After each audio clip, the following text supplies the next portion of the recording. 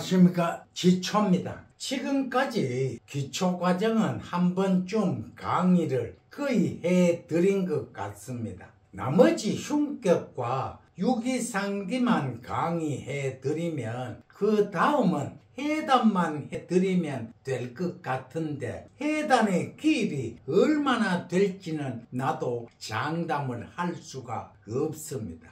왜냐하면 개개인의 실력들이 얼마만큼 탄탄하게 다져져 있는가가 첫 번째 조건이고, 도사가 되려면 운명적으로 타고나야 하는 것이 두 번째 조건이고, 고난의 인생사에서 경험을 깨달아야 하는 것이 세 번째 조건이라 생각을 합니다. 제가 학창시절에 배웠던 글귀 하나를 소개하고자 합니다. 소년인호하고 항난성하니 일촌광음인들 불가경이라는 글귀인데, 직역을 한다면 소년은 늙기가 쉽고 학문은 이루기가 어려우니 어찌 일촌의 시간인들 아끼지 아니하랴는 뜻인데, 주자는 말하기를 오늘 배우지 아니하고 내일이 있다 이르지 말 것이며,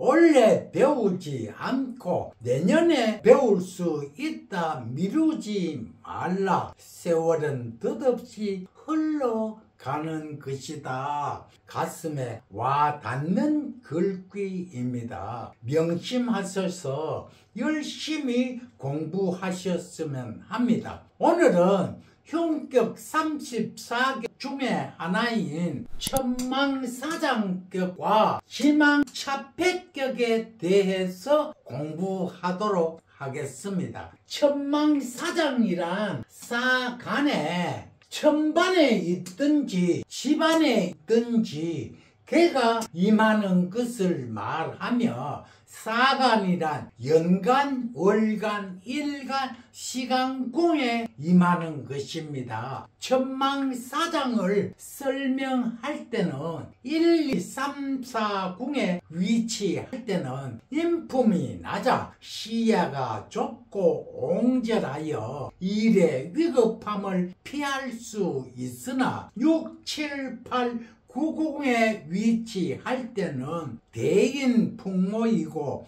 인품이 있어 일의 위급함을 피할 수 없다 합니다. 사업가는 제궁에 있으면 망하여 엄청난 부도를 내어 감당하지 못하고 수갑을 차고 철창으로 가는 것을 종종 보는데, 이 운을 만나면 인생 행로가 막히고 장애물이 됩니다. 그러나 할 일이 없어서 풍어나 노릇을 하고 처자식들은 살얼음판을 걷는다고 합니다. 흔히 정치인들이나 고위공직자들이 뇌물수수, 인사청탁 등에 얽혀 법망을 빠져나가지 못하고 하늘 그물망에 씌워져 철창으로 가는 경우를 말할 수 있다 하겠습니다. 다음은 지망차패격에 대해서 공부하도록 하겠습니다.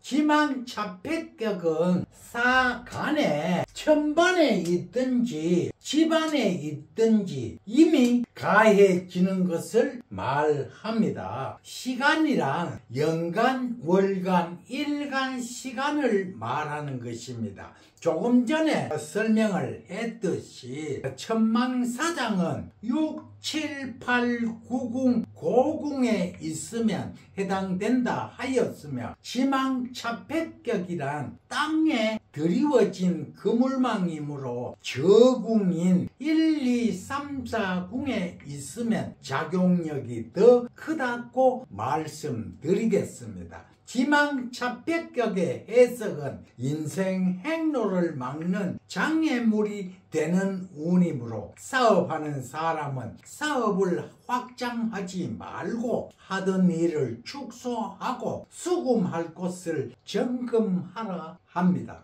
부부의 운이 좋지 않는 부부 단절의 의미도 있으므로 항상 뒤돌아보는 생활 습관을 가지는 것이 중요하다 하겠습니다. 김은동갑의 역사는 장구하다 하겠습니다. 지금으로부터 약 5,000년여 전에 중국 황화유역에서 발생한 이래 후세 긴 석학들의 손에 의해서 계속 연구 발전하여 오늘에 이르기까지 연구 발전되어 왔습니다. 천망사당격, 지망차폐격, 폐랑격 등이 지금까지 전해져 오고 있으며 현대인에게 작용해보면 감탄하지 않을 수가 없습니다. 우리는 장래에 대해서 불안, 초조하기 쉬운 불확실한 시대에 살고 있습니다. 특히 장래 진로를 어떻게 결정해야 할지 망설여질 때 역학을 이용하면 반드시 좋은 결과가 온다고 자신 있게 말할 수 있습니다. 이 역학을 참고하면 인생에 많은 도움이 되리라 믿습니다. 세상이 참 어지럽습니다. 한치 앞이 보이지 않습니다. 사실인지 거짓인지는 모르겠습니다만 대통령, 영부인마저도 추술에 빠져 허우적거린다고 합니다. 요즘 가짜나 사이비가 판을 치는 세상입니다. 가짜 박사, 가짜 의사, 사이비 기자 등 이루